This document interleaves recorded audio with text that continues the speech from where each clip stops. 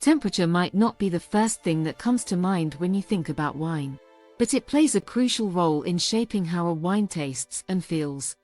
Serving wine at the correct temperature enhances its aromas, flavors, and structure, while serving it too warm or too cold can mask its best qualities. Understanding the importance of temperature and how to manage it will elevate your wine drinking experience. Let's start with red wine, which is often misunderstood when it comes to temperature. Many people believe that red wine should be served at room temperature.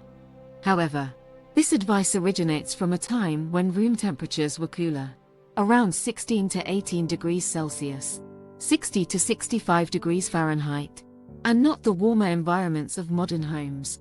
Serving a red wine too warm can emphasize the alcohol, making it taste overly hot or unbalanced.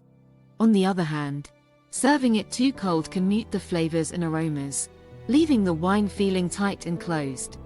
For most red wines, the ideal range is slightly cooler than modern room temperature, between 15 to 18 degrees Celsius, 59 to 65 degrees Fahrenheit.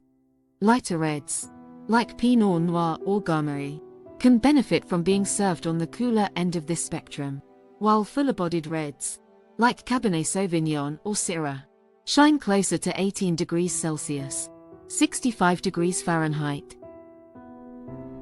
White wines, in contrast, are often served too cold. While it's true that white wine benefits from being chilled, serving it straight out of the refrigerator, where the temperature is typically around 4 degrees Celsius, 40 degrees Fahrenheit, can dull its flavors and aromas.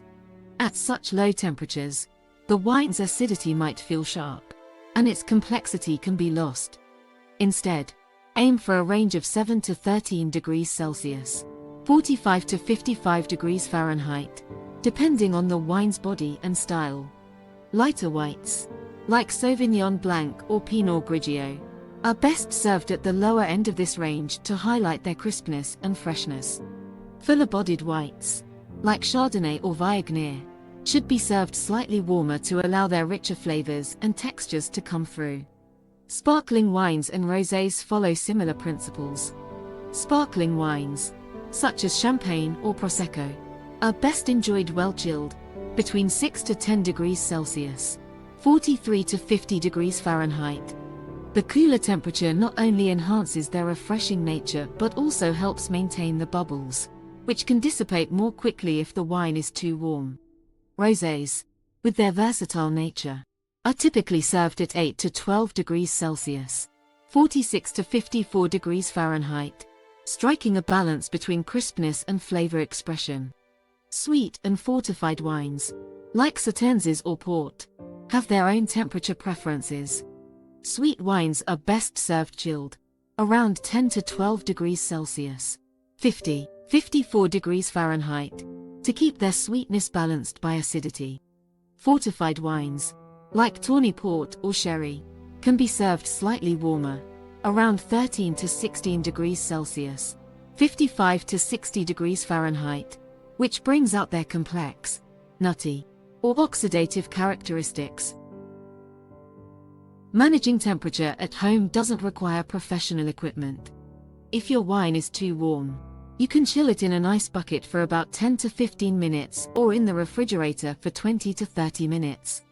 Conversely, if a wine is too cold, simply let it sit at room temperature for a few minutes. An easy rule of thumb is to chill whites and sparkling wines and let reds breathe slightly before serving. Here's a practical exercise to deepen your understanding of temperature's impact. Take a bottle of white wine, perhaps a Sauvignon Blanc, and pour it into 2 glasses.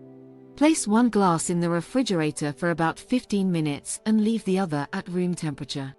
Taste the room temperature glass first and note the flavors and aromas. Then taste the chilled glass. You'll notice how the cooler temperature sharpens the wine's acidity and focuses its citrus and herbaceous notes, while the warmer glass may feel softer and more aromatic. This contrast will help you appreciate how temperature influences your perception of the wine. In the end, the perfect temperature is also a matter of personal preference. While guidelines can help you start, trust your own palate to determine what works best for you and the wines you enjoy. In the next video, We'll explore the major wine types: red, white, rosé, sparkling, and fortified, and what makes each unique. But for now, take a moment to experiment with temperature and discover how it changes the way you experience wine. It's a small adjustment that can make a big difference.